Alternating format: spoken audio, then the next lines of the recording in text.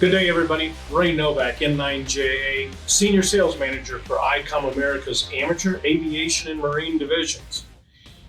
The 2023 EAA AirVenture just ended last week. What an incredible show we had. There was over 677,000 attendees, over 10,000 airplanes.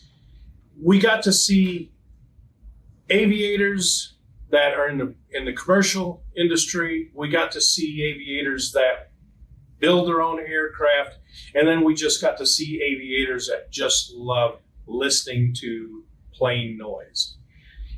It was a great show for us in our booth, as well as our remote location where we had an amateur radio special event station commemorating the Warbirds of America and set a new record for contacts made there. We had an excellent time. The traffic was great, a little bit hot inside the buildings, but outside we had a blast. For those that attended and stopped by the ICOM booth, you got to see product from our air, land, and sea, meaning we were covering every division in ICOM, whether it was our IP network product, our land mobile product, public safety, aviation, marine, or amateur radio product. For those that did stop by, thank you very much, and we look forward to seeing you again in 2024.